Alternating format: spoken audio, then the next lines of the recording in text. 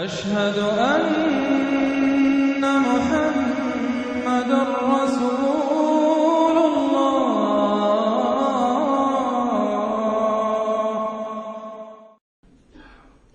اعوذ باللہ من الشیطان الرجیم. بسم اللہ الرحمن الرحیم. حامیم والکتاب المبین. انا انزلناہ فی لیلۃ مبارکۃ انا کنا منذرین فیہا یفرق کل امر حکیم امرا من عندنا انا کنا مرسلین رحمتا من ربک انہ هو السمیع العلیم. رب السماوات والارض وما بینہما ان کنتم موقنین. صدق اللہ العظیم. رب اشرح لی صدری ویسر لی امری واحلل عقدۃ من لسانی یفقہوا قولی. اللہم ربنا الہمنا رشدنا واعذنا من شرور انفسنا. اللہم ارنا الحق حقا وارزقنا اتباعہ وارنا الباطل باطلا وارزقنا اجتنابہ. اللہم وفقنا لما تحب وترضى وتقبل منا فإنك خیر المتقبلین. اللہم ربنا انس وحشتنا فی قبورنا وارحمنا بالقرآن العظیم. اللہم اجعلہ لنا اماما ونورا وہدا ورحمہ. اللہم ذکرنا منہ ما نسینا وعلمنا منہ ما جہلنا وارزقنا تلاوتہ آناء اللیل وآناء النہار واجعلہ لنا حجتا یا رب العالمین. آمین. اس سے پہلے کہ ہم دورہ ترجمہ قرآن کے سلسلے کو شروع کریں، آج جو حضرات اعتکاف کے لیے تشریف لائے ہیں مسجد میں، میں انہیں خوش آمدید کہتا ہوں. یہ ایک بہت بڑی عبادت ہے اور اس کی جو اصل روح ہے وہ اپنی توجہ کا ارتکاز ہے اللہ کی طرف، اللہ کی بات کی طرف، اللہ کے کلام کی طرف. ہندوؤں میں دو لفظ مستعمل ہیں، گیان اور دھیان. گیان دھیان، گیان دھیان. گیان ہے علم کے لیے اور دھیان ہے توجہ کو، دھیان کو، توجہ کو مرتکز کرنا. تو دو چیزیں ہیں، علم صحیح علم حاصل ہو انسان کو، اور دوسری طرف یہ کہ وہ اپنی توجہ کو مرکوز کرے. جیسے ہم نماز کے لیے کھڑے ہوتے ہیں تو انی وجہت وجہی للذی فطر السماوات والارض حنیفا، وہاں بھی اصل شے توجہ ہے. میں نے اپنا چہرہ بالکل سیدھا کر لیا ہے اس ہستی کی طرف کہ جس نے آسمان اور زمین کو پیدا کیا.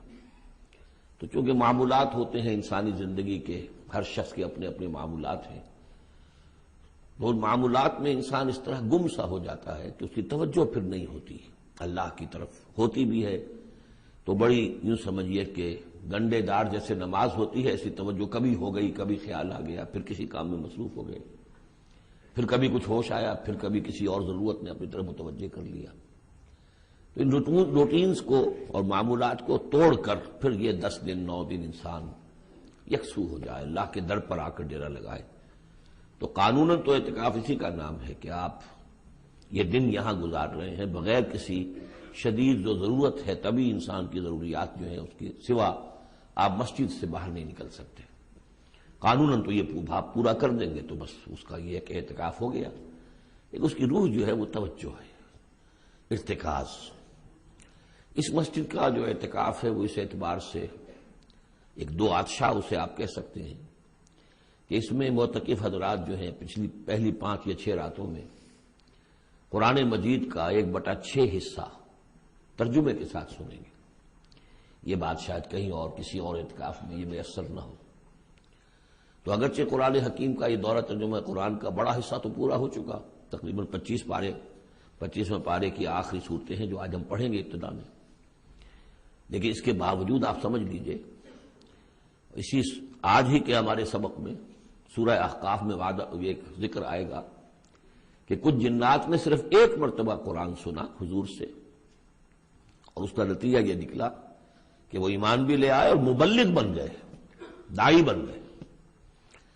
تو اگر آپ 5 دن تک قرآن سنیں گے آپ کی زندگیوں میں ہو سکتا ہے، اللہ کرے کہ عظیم انقلاب برپا ہو جائے. آپ کے مقاصد زندگی میں، رخ کیا میں نے رکھا ہوا ہے، کدھر میں جا رہا ہوں، اس کے بارے میں سوچتے ہوئے، اپنا تجزیہ کرتے ہوئے، اپنا احتساب کرتے ہوئے انسان اگر قرآن کو پڑھے اور سنے تو تھوڑا سا قرآن بھی، چند آیتیں ہوتی تھی جن سے لوگوں کی قسمتیں بدل جاتی تھی. تو آپ تو 5 پارے سنیں گے ترجمے کے ساتھ، اور اس میں بڑی اہم صورتیں آ رہی ہیں، اور بڑی بڑی صورتوں کے مضامین کے جو خلاصے اللہ انسانی فطرت سے واقف ہے. تو بعض لوگ ہوتے ہیں کہ جو زیادہ محنت کر سکتے ہیں، بعض چاہتے ہیں ذرا ہمیں خلاصے مل جائیں، بعض لوگ پوری کتابیں پڑھتے ہیں امتحان کے لیے اپنے، اور بعض جو ہے خلاصوں سے کام چلاتے ہیں. تو اللہ نے سب کے لیے رکھا ہے کہ بڑے بڑے اہم مضامین جو بڑی طویل مکی صورتوں میں آئے ہیں، مدنی صورتوں میں، ان کے خلاصے اللہ نے چھوٹی چھوٹی مدنی صورتوں کے اندر دے دیے ہیں. وہ حصہ ہمیں پڑھنا ہے، کل سے شروع ہو جائے گا انشاءاللہ. لیکن اس میں کہ نیت جو ہے اس کی تصحیح بہت ضروری ہے. نیت یہ ہے، کر لیجئے شعوری طور پر کہ ہمیں قرآن سننا ہے تو اس ارادے کے ساتھ سننا ہے کہ جو بات سمجھ میں آ جائے اور دل گواہی دے دے کہ یہ شخص جو ترجمہ کر رہا ہے یہ تصنع نہیں کر رہا ہے، تکلف نہیں کر رہا ہے، یہ خود اپنی طرف سے کچھ نہیں ملا رہا ہے، بلکہ واقعتاً جو اللہ کا کلام ہے اسی کو پیش کر رہا ہے، اور دل یہ گواہی دے دے کہ یہ حق ہے، صحیح ہے. تو پھر اس پر عمل پھر لازم ہے. پہلے سے فیصلہ کیا ہو کہ درمال حق ہے سودار. اب تم فیصلہ کر لو کہ جدھر حق مجھے موڑے گا میں مڑ جاؤں گا. یہ نہیں کہ اب پوری زندگی تو ادھر اس رخ پر گزری ہے، پوری زندگی تو میں اس کام میں لگا رہا ہوں، اب کیسے میں آخری وقت میں آ کر، یا یہ کہ میں نے تو فلاں رخ پر بڑی تیاری کی ہے، بڑی محنتیں صرف کی ہیں، اب میں کیسے اس کو چھوڑ دوں. نہیں، درمع الحق ہے سودار، حق جدھر مڑے تم مڑ جاؤ. یہ فیصلہ کر کے اگر سنیں گے تو میں سمجھتا ہوں کہ انقلاب عظیم بھی برپا ہو سکتا ہے، انسانی زندگی کا رخ بدل جاتا ہے. اس کے لیے یہ ہے کہ ذہنوں کو تیار کیجئے. جو باتیں واضح طور پر سمجھنے کی وہ یہ ہے کہ پہلے تو یہ معلوم ہو کہ ہمارا دین ہے کیا. آیا یہ صرف دوسرے مذاہب کی طرح ایک مذہب ہے یا کوئی دین پورا مکمل نظام زندگی ہے؟ وہ تو آج ہی انشاءاللہ ایک صورت سے حوالے سے آپ کی سمجھ میں بات آ جائے گی. پھر یہ کہ وہ دین ہم سے کیا چاہتا ہے. آیا نماز روزہ ہم نے کر دیا تو بس تقاضے پورے ہو گئے، یا یہ کہ اس کے علاوہ دین کا کوئی تقاضا ہے؟ یہ 2 چیزیں سمجھ میں آنی چاہیے انسان کے. تو انشاءاللہ تعالی اس حصے میں قرآن مجید کے ان چیزوں کی بڑی جامعیت کے ساتھ لیکن بڑی وضاحت کے ساتھ جو اس کا بیان ہوگا. بس اسی پر اکتفا کر رہا ہوں. ہم سورہ دخان شروع کر رہے ہیں. بسم اللہ الرحمن الرحیم. حامیم والکتاب المبین. اس سے پہلی سورہ زخرف ہم پڑھ چکے ہیں، اور سورہ زخرف میں اور سورہ دخان میں وہی نسبت زوجیت ہے. یہ دونوں صورتیں جوڑے کی شکل میں ہیں. چنانچہ آغاز بالکل وہی ہے، حامیم والکتاب المبین.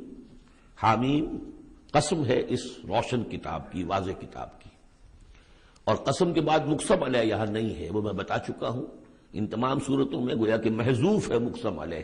قسم کس بات پر کھائی؟ یاسین والقرآن الحکیم انک لمن المرسلین. تو انک لمن المرسلین یہاں پر محذوف مانیے.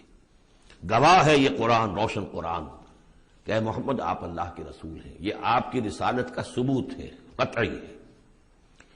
اور دوسری نسبت جو ہے ان دونوں صورتوں میں، وہاں ذکر تھا کہ یہ قرآن جو ہے ہمارے پاس ہے، اصل قرآن. وَإِنَّهُ فِي أُمِّ الْكِتَابِ لَدَيْنَا لَعَلِيٌّ حَكِيمٌ. یہ قرآن جو ہے اصل تو ہمارے پاس ہے، لوح محفوظ بھی اسے کہا گیا ہے آخری پارے میں، اور کتاب و مقدون بھی کہا گیا اسے سورہ واقعہ میں.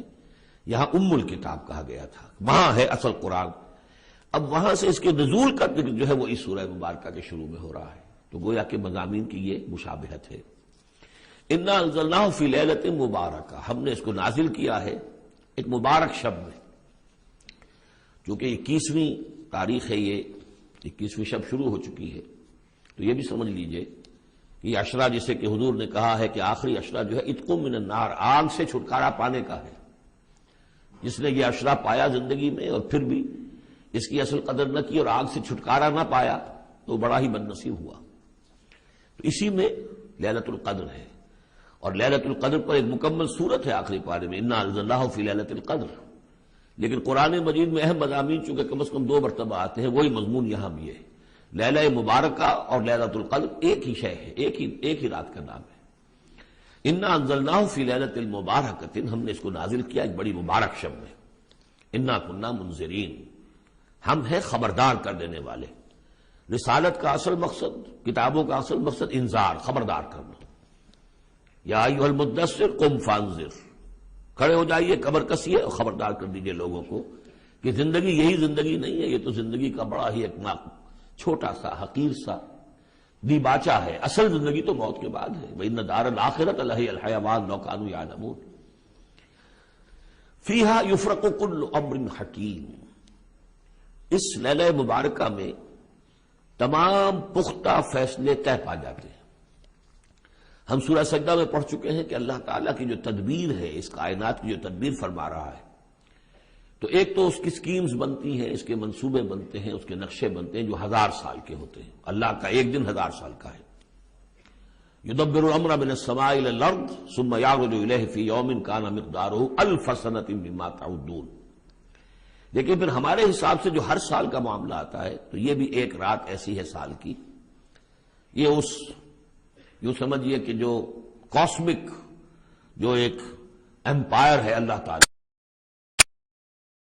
اس یہ بجٹ سیشن ہے سال کا، اور اس میں سال کے اندر ہونے والے سارے واقعات کے ضمن میں جو کچھ ہونا ہے وہ فیصلے طے پا کر، اور یفرقو کا صحیح مفہوم ہوگا ایشو کر دیے جاتے ہیں۔ فرق کہتے ہیں علیحدہ کر دینا، گویا کہ اس رات وہ فیصلے ایشو کر کے اور ملائکہ کے حوالے کر دیے جاتے ہیں۔ تو چونکہ یہ رات وہ عظیم رات ہے کہ جس میں تمام سال کے فیصلے طے پا کر اور ملائکہ کے حوالے کر دیے جاتے ہیں کہ اب ان کی امپلیمنٹیشن کرو، وہ سول سروس ہے، وہ بیوروکریسی ہے اس کائناتی حکومت کی۔ تو اسی رات کو اللہ نے اس قرآن کو لوح محفوظ یا ام الکتاب سے اتار دیا سمائے دنیا تک۔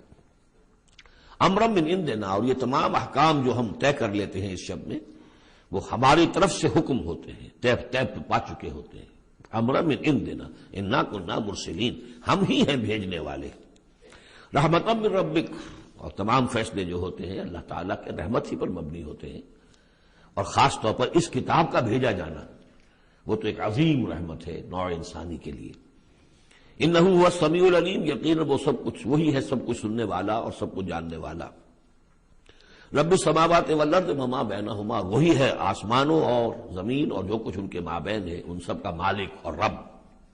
ان کنتم موقنین، اگر تم یقین کرو، یعنی یہ بات مان لینا تو شاید آسان ہو، یقین کرنا مشکل ہو جاتا ہے۔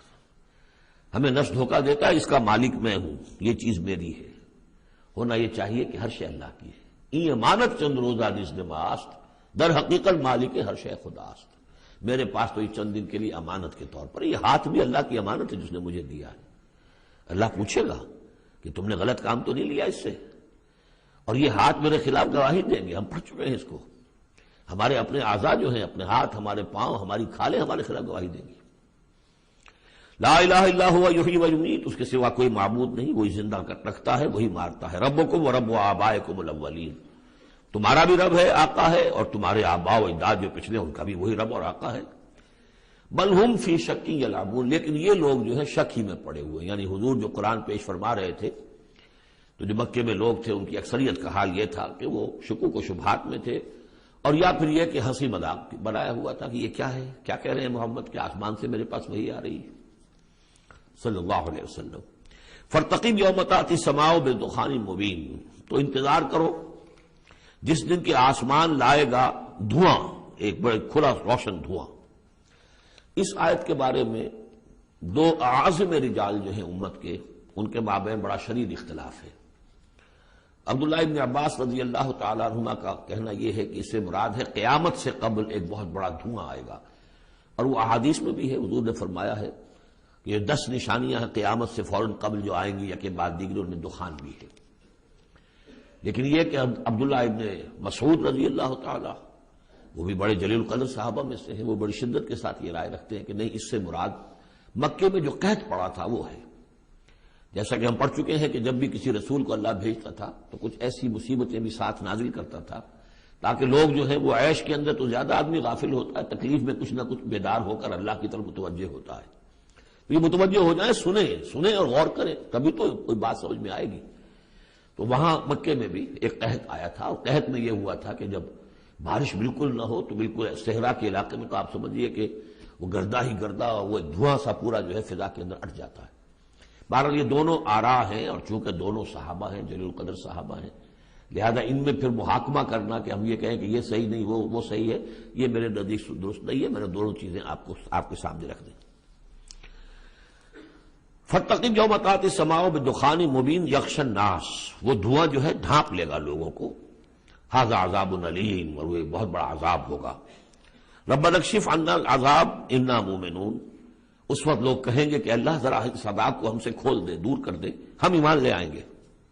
اَنَّىٰ لَهُمُ الذِّكْرَىٰ، کہاں ہے ان کے لیے یہ یاد دہانی اور نصیحت اخذ کرنے کی، کہاں ان میں استعداد ہے۔ وَقَدْ جَاءَهُمْ رَسُولٌ مُبِينٌ، جبکہ ان کے پاس رسول مبین آ چکے ہیں، آپشن ہر شے کی، ہر حقیقت کو واضح کر دینے والے۔ ثُمَّ تَوَلَّوْا عَنْهُ، اور پھر انہوں نے منہ موڑا ہے ان سے، پیٹھ موڑی ہے۔ وَقَالُوا مُعَلَّمٌ مَجْنُونٌ، اور کہا ہے نقل کفر نہ باشد معاذ اللہ، یہ سکھایا پڑھایا ہوا شخص ہے، کسی نے سکھا پڑھا دیا ان کو محمد کو، یا یہ کہ مجنون ہے، ان کا کوئی دماغی توازن ٹھیک نہیں رہا ہے، یا کوئی آصیب کا جنات کا سایہ ہو گیا ہے معاذ اللہ۔ انا کاشف العذاب قلیلا، ہم تھوڑی دیر کے لیے اس عذاب کو دور کر دیں گے۔ اس سے جو ہے عبداللہ ابن مسعود رضی اللہ تعالیٰ عنہ نے دلیل پکڑی ہے کہ قیامت سے قبل والا دھواں جب آئے گا تو اس کے کھلنے کا، اس کے دور ہونے کا کوئی سوال نہیں۔ ہاں یہ کہ یہ جو عذاب آتے ہیں فَلَنُذِيقَنَّهُم مِّنَ الْعَذَابِ الْأَدْنَىٰ دُونَ الْعَذَابِ الْأَكْبَرِ، اس میں امکان ہوتا ہے۔ اِنَّكُمْ عَائِدُونَ، لیکن تم لوگ پھر وہی کچھ کرو گے جو پہلے کر رہے تھے، جیسے قوم موسیٰ کو ہم دیکھ چکے ہیں، 7 اس قسم کی نشانیاں ان کے سامنے آئیں۔ ہر مرتبہ انہوں نے کہا کہ اگر تم اے موسیٰ ذرا اس کو دور کروا دو، اپنے رب سے دعا کرو، پھر ہم ایمان لے آئیں گے، لیکن ہر مرتبہ پھر وہ اس سے منکر ہو گئے۔ یوم نبطش البطشۃ الکبریٰ، جس دن کہ ہم انہیں پکڑیں گے بڑی پکڑ، یعنی بڑا عذاب جب آئے گا، انا منتقمون، تب ہم ان سے پورا انتقام لیں گے۔ وَلَقَدْ فَتَنَّا قَبْلَهُمْ قَوْمَ فِرْعَوْنَ، اور ہم نے ان سے پہلے فرعون کی قوم کو بھی آزمایا تھا۔ وَجَاءَهُمْ رَسُولٌ كَرِيمٌ، ان کے پاس بھی ایک بہت ہی باعزت رسول آئے تھے، حضرت موسیٰ علی نبینا وعلیہ الصلاۃ والسلام، ان ادوا الی عباد اللہ، انہوں نے مطالبہ کیا تھا کہ اللہ کے بندوں کو میرے حوالے کر دو، بنی اسرائیل کو میرے ساتھ جانے دو۔ انی لکم رسول امین، میں تمہارے لیے ہوں ایک امانت دار رسول، میں وہی پیغام لے کر آیا ہوں جو اللہ نے دیا ہے تمہارے رب نے۔ وَاللَّهُ تَعَالَى عَلَى اللَّهِ، دیکھو اللہ کے مقابلے میں سرکشی نہ کرو، یعنی میرے مخالفت کرو گے، میں اللہ کا رسول ہوں، اس کا نمائندہ ہوں، تو گویا کہ اللہ کے مقابلے میں سرکشی ہے۔ انی آتیکم بسلطان مبین، میں تمہارے پاس لے کر آیا ہوں ایک کھلی سند۔ وَإِنِّي عُذْتُ بِرَبِّي وَرَبِّكُمْ أَن تَرْجُمُونَ، اور میں نے پناہ پکڑ لی ہے اپنے رب کی جو تمہارا بھی رب ہے، لیکن تم مانتے نہیں ہو اس کو، کہ تم مجھے سنسار نہ کر سکو۔ وَإِن لَّمْ تُؤْمِنُوا لِي فَاعْتَزِلُونِ، تو اگر تم میری بات مانتے نہیں ہو تو کم سے کم مجھ سے دور رہو، میرے خلاف کسی اقدام کی کوشش نہ کرو۔ فَدَعَا رَبَّهُ أَنَّ هَٰؤُلَاءِ قَوْمٌ مُجْرِمُونَ، پھر انہوں نے اپنے رب سے دعا کی کہ پروردگار یہ فرعون اور اس کی قوم تو یہ تو جرم پر اڑے ہوئے ہیں، مجرم ہیں۔ فَأَسْرِع بِعِبَادِي، اللہ نے یہ حکم دے دیا کہ ٹھیک ہے میرے بندوں کو لے کر راتوں رات نکل جاؤ، لیلاً انکم متبعون، اور دیکھو تمہارا پیچھا کیا جائے گا، تعاقب کیا جائے گا۔ وَاتْرُكِ الْبَحْرَ رَهْوًا، اور دیکھو جب تمہارے لیے ہم سمندر کو پھاڑ دیں گے، راستہ بنائیں گے، تو اس سمندر کو اسی طرح رکا ہوا رہنے دینا۔ وَاتْرُكِ الْبَحْرَ رَهْوًا إِنَّهُمْ جُندٌ مُغْرَقُونَ، اس لیے کہ یہ بھی پھر تمہارا تعاقب کرتے ہوئے وہاں سے گزرنے کی کوشش کریں گے اور پھر یہ غرق ہو جائیں گے۔ کم ترکوا من جنات وعیون، کتنے ہی انہوں نے باغات چھوڑے جو انہوں نے بنائے تھے بڑی محنت سے، اور عیون اور چشمے سب چھوڑ کر نکل آئے اور غرق ہو گئے۔ وزروع، اور کھیتیاں، ومقام کریم، اور کتنے اعلیٰ گھر، ونعمت، اور کیسے کیسے ناز و نام کا سامان، کانوا فیہا فاکہین، جس میں کہ وہ عیش کیا کرتے تھے۔ کذالک، یوں ہی ہوا، وَأَوْرَثْنَاهَا قَوْمًا آخَرِينَ، اور پھر ہم نے اس کا وارث بنا دیا ان تمام چیزوں کا اور لوگوں کو۔ فما بکت علیہم السماء والارض، تو نہ ان پر آسمان رویا اور نہ زمین۔ وما کانوا منظرین، نہ پھر انہیں کوئی مہلت ملی۔ وَلَقَدْ نَجَّيْنَا بَنِي إِسْرَائِيلَ مِنَ الْعَذَابِ الْمُهِينِ، اور ہم نے بنی اسرائیل کو اس ذلت آمیز عذاب سے کہ جس میں کہ قوم فرعون نے انہیں مبتلا کیا وہ نجات دے دی، من فرعون سے۔ انہ کان عالیہ من المسرفین، وہ تو حد سے بڑھ جانے والا بھی تھا اور سرکش بھی بہت تھا۔ ایک تو شخص صرف یہ کہ معصیت کا ارتکاب کرتا ہے، گناہوں کا ارتکاب کرتا ہے، حد سے گزر جاتا ہے، ایک سرکش بھی ہوتا ہے، دوہرا دوہرا جرم۔ وَلَقَدِ اخْتَرْنَاهُمْ عَلَىٰ عِلْمٍ عَلَى الْعَالَمِينَ، اور ہم نے بنی اسرائیل کو علم کے باوجود ہم نے انہیں پسند کیا تھا تمام جہان کی قوموں پر، یعنی بنی اسرائیل کی جو بھی خرابیاں یا کوتاہیاں وہ بھی ہمارے علم میں تھیں، لیکن یہ کہ پھر بھی ہم نے انہیں قبول کیا۔ اور واقعہ یہ کہ بہت بڑی ان کو اللہ تعالیٰ نے ان کو بڑی فضیلت دی۔ 2 مرتبہ سورہ بقرہ میں وہ آیت ہم پڑھ چکے ہیں، یا بنی اسرائیل اذکروا نعمتی التی انعمت علیکم وانی فضلتکم علی العالمین۔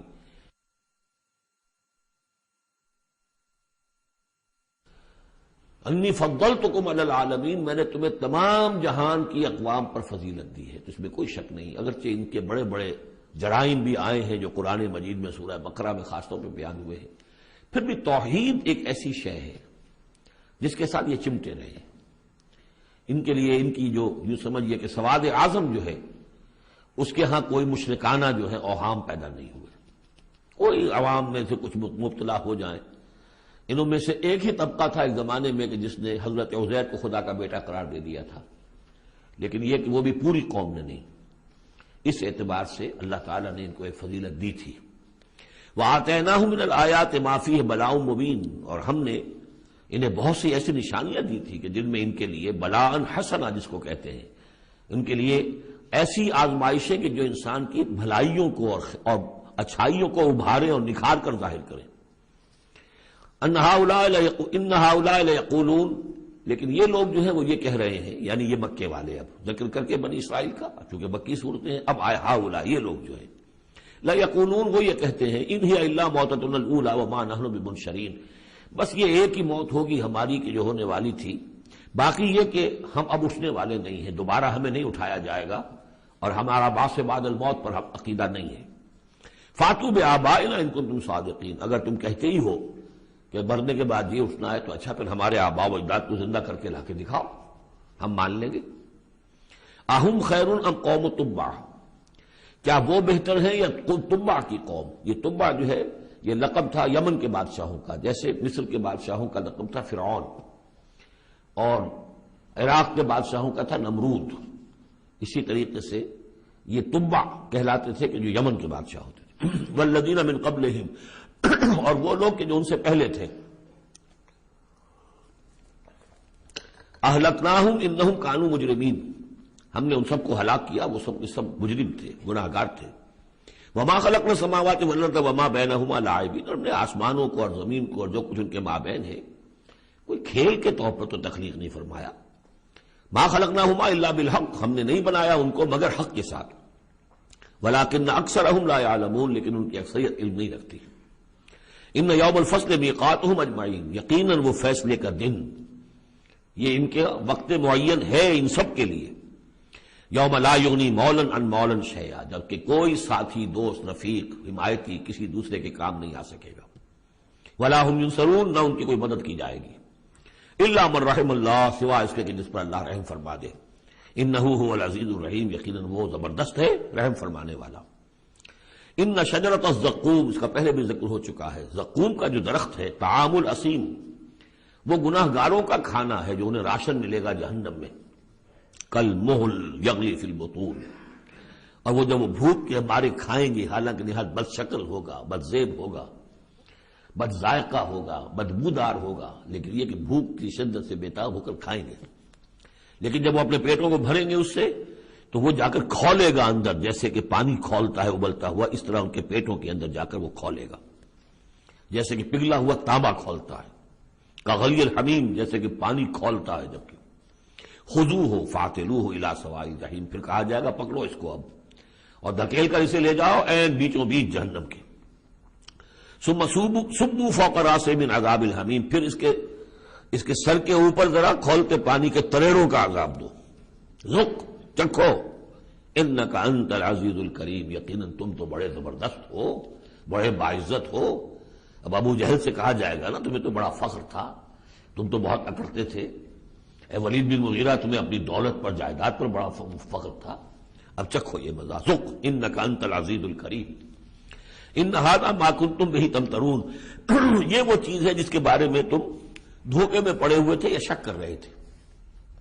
ان المتقین فی مقام امین، اس کے برعکس جو متقی ہوں گے اللہ کے بندے وہ ہوں گے بڑے امن والی جگہ پر، پرسکون، فی جنات و عیون، باغات میں اور چشموں میں، یلبسون من سندس و استبرق متقابلین، لباس انہوں نے پہنا ہوگا جو باریک ریشم کا بھی ہوگا اور گاڑھے کا بھی، یعنی یہ کہ انسان کا جو نیچے کا حصہ لباس ہوتا ہے وہ گاڑھا ہوتا ہے، گاڑھا ریشم، اور اوپر جو ہے وہ باریک ریشم، متقابلین ایک دوسرے کے سامنے رخ کر کے بیٹھے ہوں گے، کذالک ایسے ہی ہوگا، وزوجناہم بحور عین، اور ہم ان کی شادی کر دیں گے، ان کو بیاہ دیں گے حوروں سے کہ جو بڑی بڑی آنکھوں والی ہوں گی، یدعون فیہا بکل فاکہۃ آمنین، پھر وہ آرڈر کریں گے، بلائیں گے، طلب کریں گے اس میں ہر طرح کی چیز بڑے اطمینان کے ساتھ، جو پھل چاہیں گے آرڈر دیں گے، لا یذوقون فیہا الموت الا الموتۃ الاولی، اب انہیں موت نہیں آئے گی، وہ موت جو آ چکی بس اس کے بعد اب کوئی موت نہیں، اب جنت میں ہمیشہ ہمیشہ کا قیام ہوگا،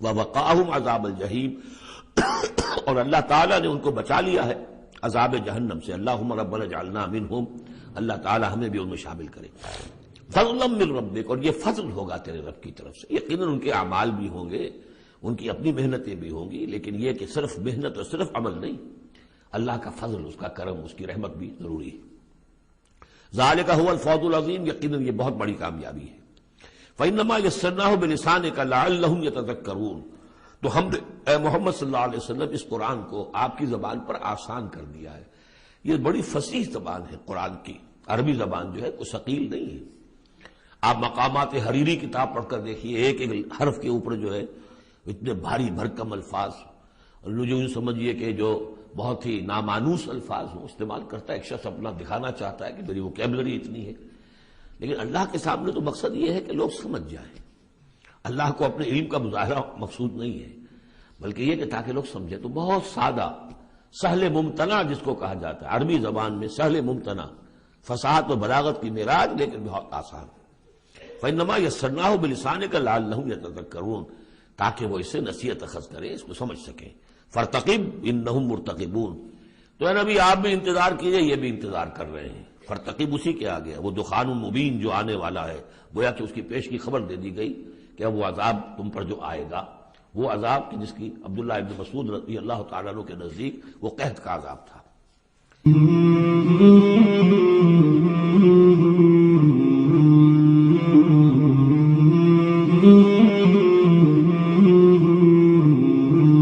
مولاي صل وسلم دائما أبدا على حبيبك خير الخلق كلهم، مولاي صل وسلم دائما أبدا على حبيبك خير الخلق كلهم، مولاي صل وسلم